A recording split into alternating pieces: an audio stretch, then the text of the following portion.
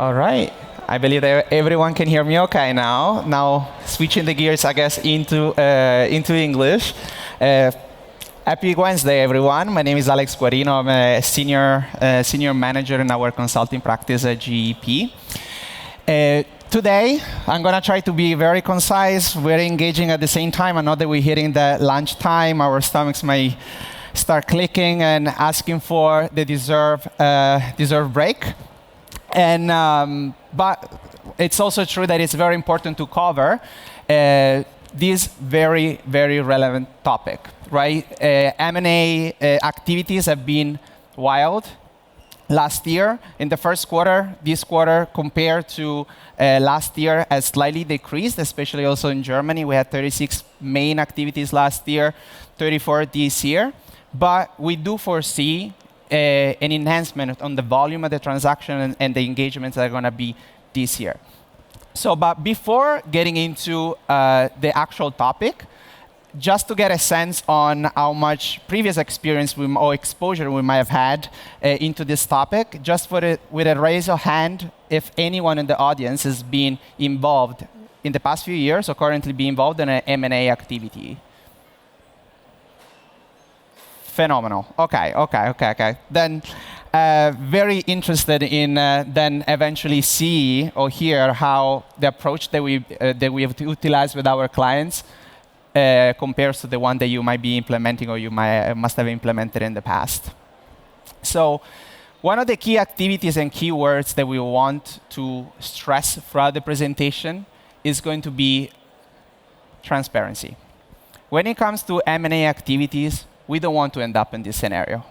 We don't want to end up in the scenario where we don't know what's going on. We don't know what issues our business might be encountering after spin-off, right? So it becomes very critical to have the right partner to provide insights and to track all the progress and all the gaps and resolve these gaps before it's too late. Right? Because business continuity is always key word, right? When it comes to these activities.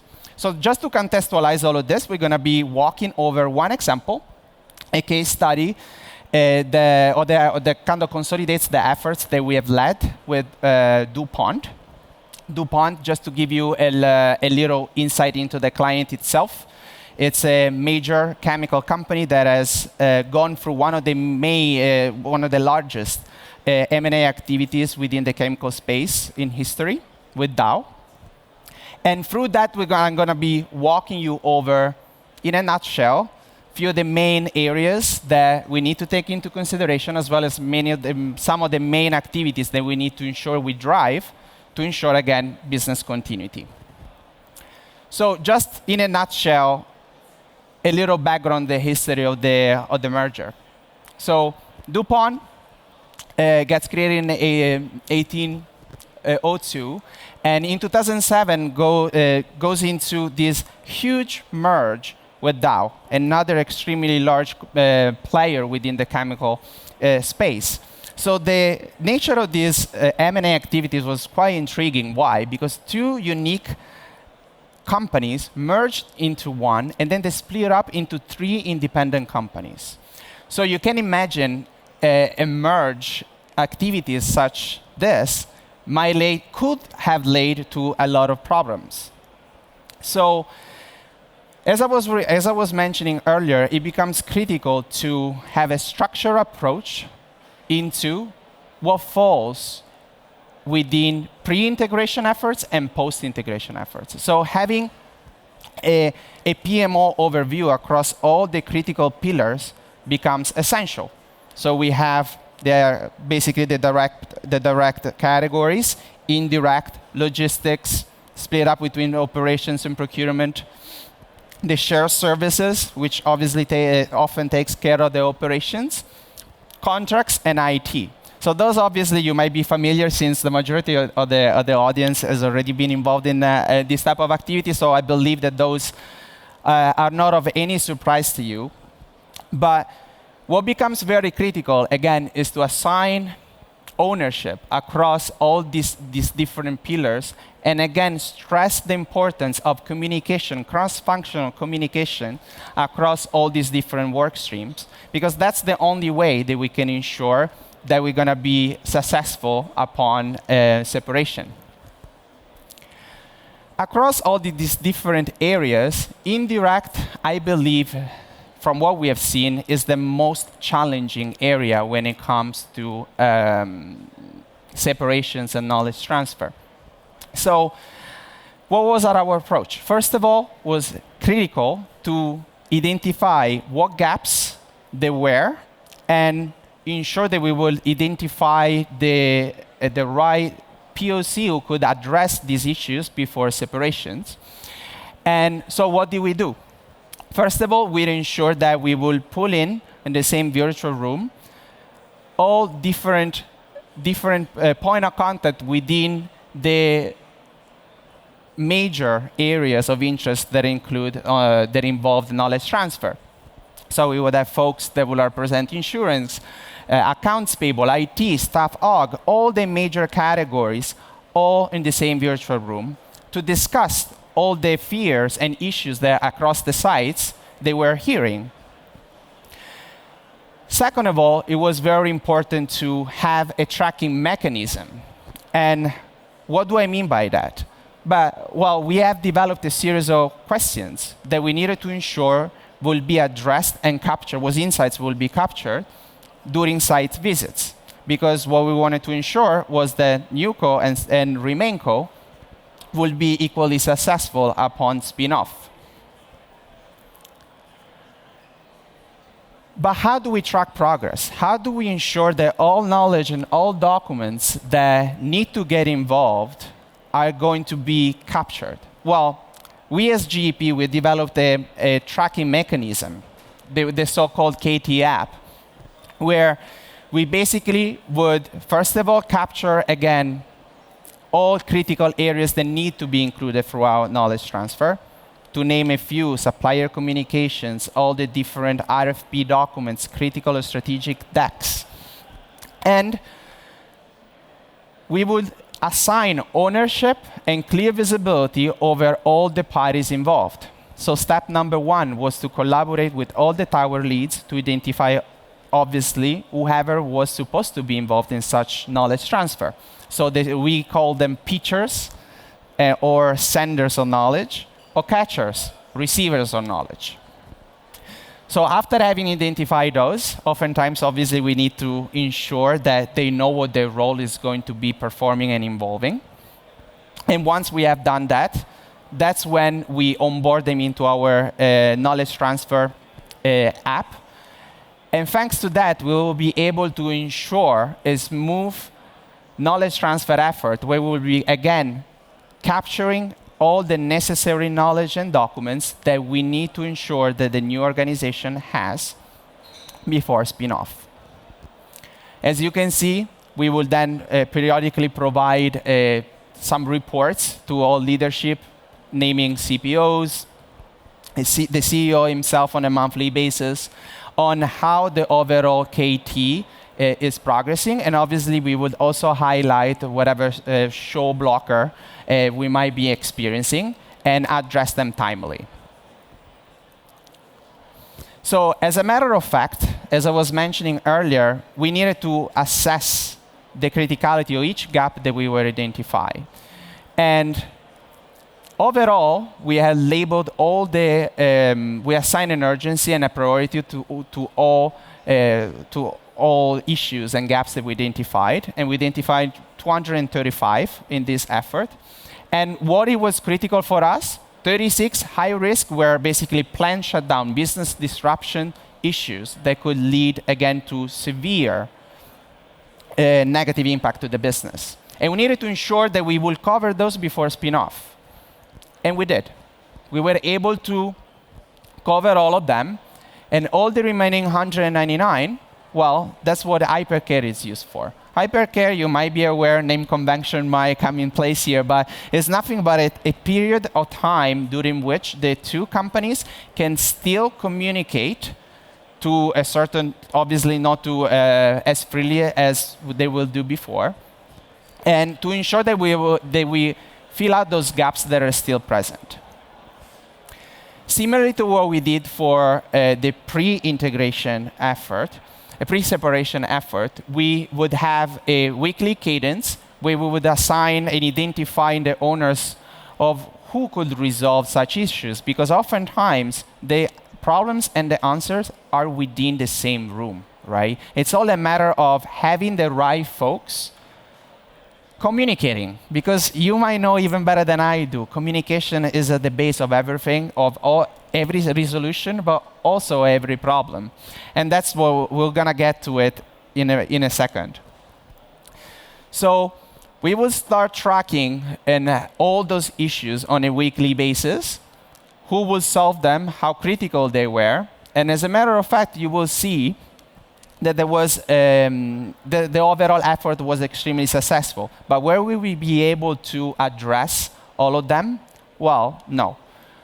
What we noticed that during hypercare, we were able to mostly cover all of them, but as you can see on the right-hand side, 9 were still open, and they were all related to accounts payable.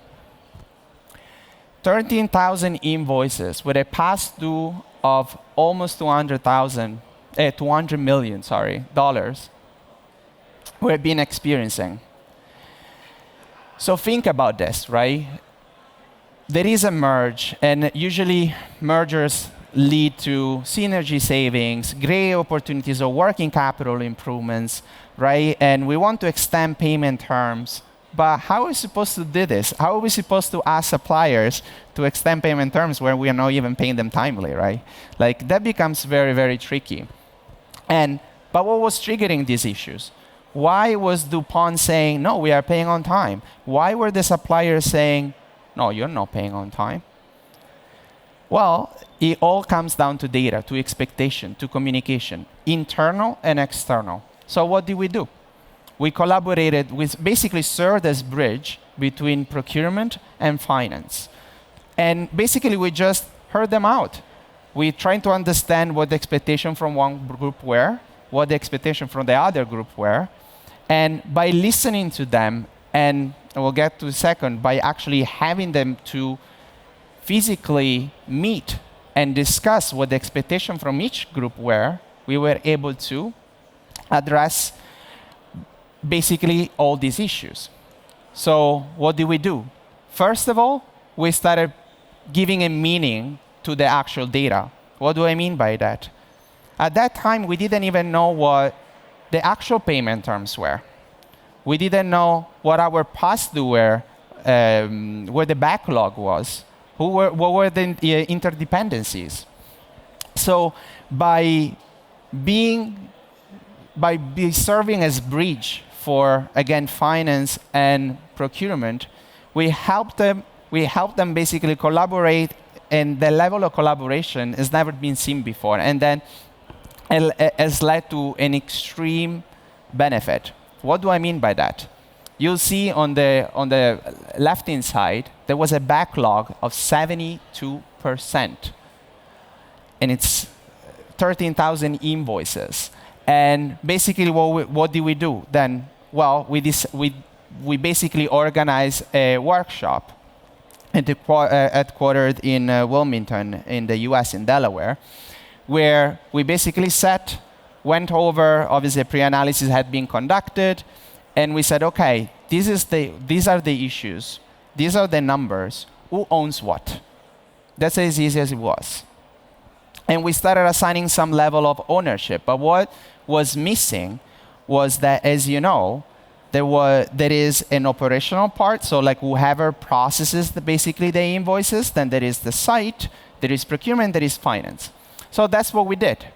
We basically organized an event where all the end-to-end parties were involved, and we were able to drive down all the past due from a 57% backlog to none in just 2 weeks. So it's very, like, what is the kind of like the main takeaway? And I'm just rushing through this because I know that we're hungry and I just want to open it for questions if you might have any. The main takeaway here is that it becomes critical to rely on partners, as we might, like as GEP, for instance, who can listen, who can be in the virtual room and listen unbiasedly from procurement, from finance, from different functions, what the issues really could be and what the expectation could be from each function. Because at the end of the story, we all have the same goal, the same target, which is business continuity, successful business.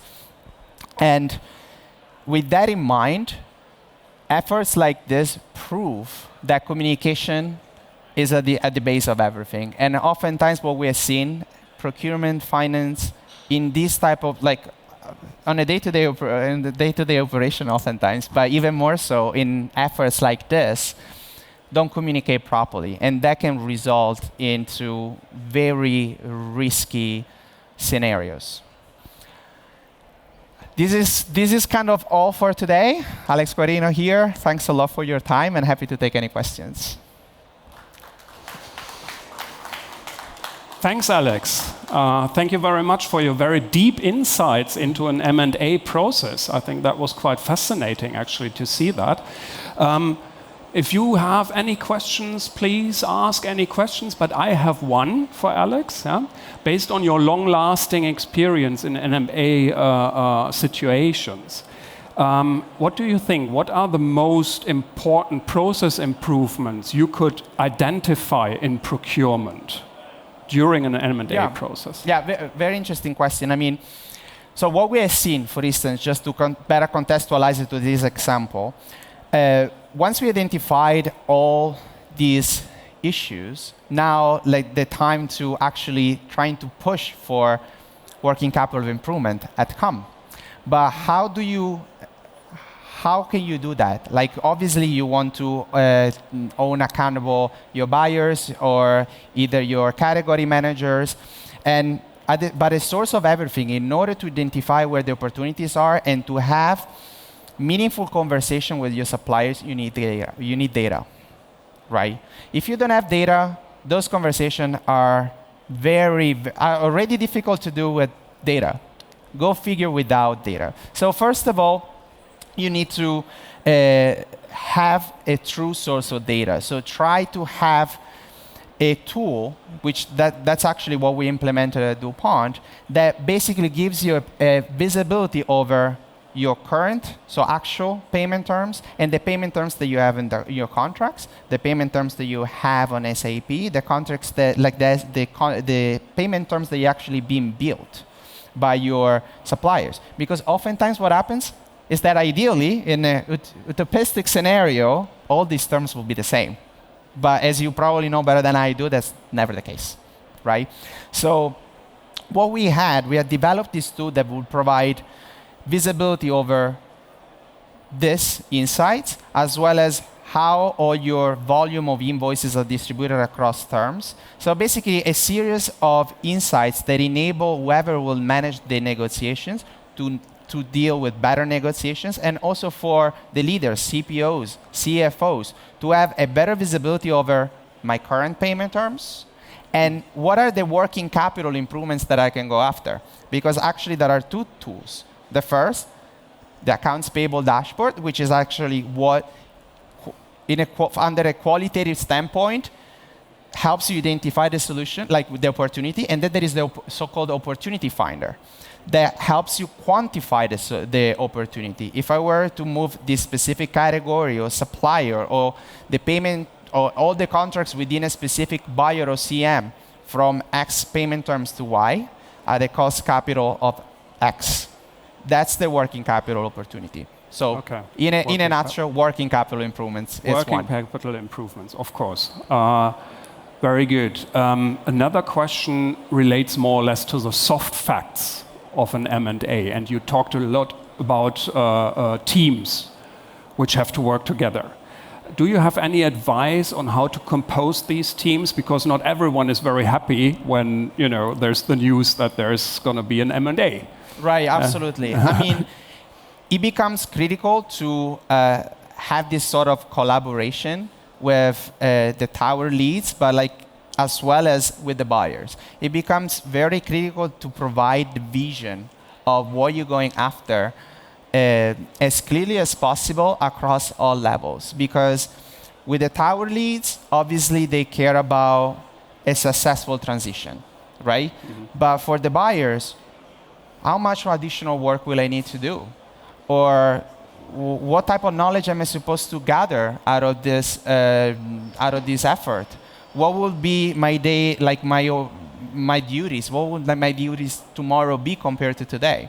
And that's why having the right partner who has captured all the type of questions, all the type of knowledge, all the type of documents that you must have in order to succeed tomorrow, it's critical. Super. Thank you very much For your answers, for your very interesting presentation. Any more questions? No? I think everyone is looking now for a nice lunch, right? Yeah, of course. Ja?